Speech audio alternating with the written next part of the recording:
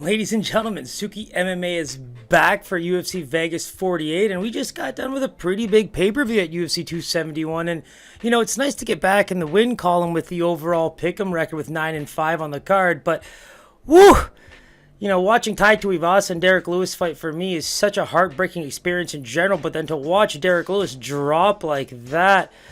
You cannot love Tai Tuivasa enough to not have that hurt just a little bit when that shirt hangs behind you on a regular basis. So I'm a little sad about that. Super Saiyan pick gets hit. Both those guys have won it for us in the past, so no hard feelings. 2-2 on the year, but 9-5 gets us to 24-24 in 2022. If you want to look at the overall pick'em record to date since we've started the SookyMMA show, check below. Outside of that, I'm pretty much ready to get this show on the road. We destroyed last card from a betting perspective, and I think I'm going to start putting up more of my pre-game bets up. Things like the Moicano and Green fight. That was not only individual play, that was a parlay play. Like, those are two fighters that really did show that they belong at that level, and I think we're going to see them start to see, top 5, top 10 type of fights, maybe even main cards in terms of, main events, if you will. So outside that, I absolutely love the card. I think it's about time we get right into UFC 270, UFC Vegas 48. So without further ado, let's just touch on the first fight. And as always, we're going to go based on UFC stats, order of fights. There's a lot of different orders out there in the interverse. So without further ado, we got Mario Bautista and Jay Perrin. So Jay Perrin's coming in on short notice, but even with Kalataha withdrawing, I think this is a very competitive fight. I don't think Jay Perrin's the kind of guy that's taking many days off. He's a Sityo Dong alumni, if you will, but really spending some time at Syndicate MMA at the moment. And I think that he's really starting to look the part. You look at the pace that he pushes. He's been the I think it's the Titan Cage or Cage Titan FC champion for quite some time. And you look at the fight before his Dana White Contender Series fight, the thing that stood out the most for me was fight IQ and game planning. I think that his pace, his footwork is always there to kind of throw the strikes, but he was fighting a pure striker, used the wrestling, used the cage, was really good in the clinch, and just really dominated that fight from start to finish. And I think when you then get to his Dana White Contender Series fight, win or loss, I think what we saw there was the ability to come back from adversity, really trying to, make it a close fight, despite there being, very good reasons to suggest that there's, a puncher's chance come third round. So I really liked what I saw from him, the heart, the determination, and like I said, the IQ is very much there if the game plan is ready to go. So I think in that sense, we've got a great debut fighter on short notice on our hands with Jay Perrin and could stick around for a while. But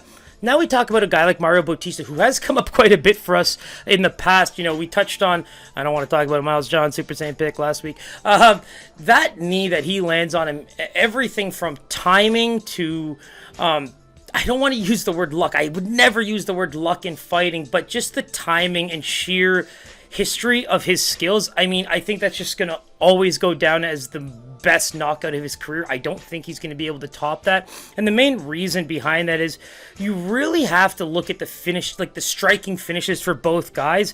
And John's was his first knockout since 2017. And Jay only has, 2 striking finishes dating back to pre-2017.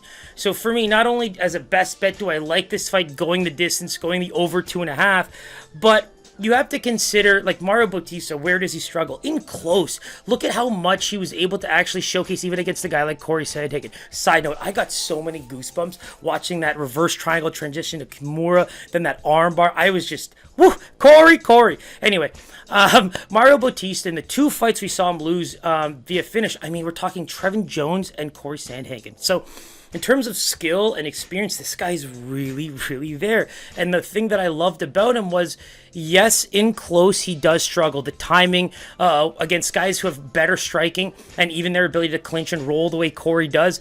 He stood his ground. But you start to get in there with the elite of the elite, like a Trevin Jones, and you miss your shots, or you make a few mistakes, and they're going to capitalize. And I think that's what we saw in both of those fights.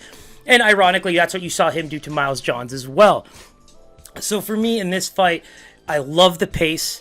I love the idea that both these guys are going to push forward and definitely strike. They both have, I think, over 60% takedown defense. I think that they both want to showcase a bit as the opening fight on the night based on this list here. And for me, I like Bautista as a minus 120 favorite in terms of guessing the line. Short notice, competition that he's faced, a lot of different things play the part here. And I do think as a distance striker, he has a pretty good resume and highlight reel to kind of showcase his skills.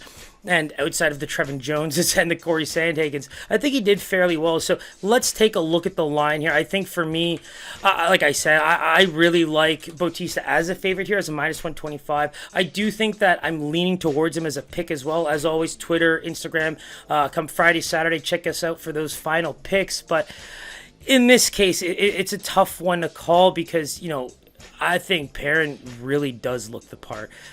More and more tape I see, the more I feel like he has what it takes to kind of be a UFC fighter. So let's see what the live lines look like. It looks like opening lines and current lines are only there for the Taha fight. So give me a second. I will get that for you as soon as possible. We have no line yet. So we officially do not have a line for that fight. We will keep an eye on that one. So even for us, we know that we're thinking Mario Bautista at about a minus 125, minus 130 makes a lot of sense there. So keep it locked to SookyMMA. We got a lot more coming for the fights this weekend and looking forward to breaking them down for you.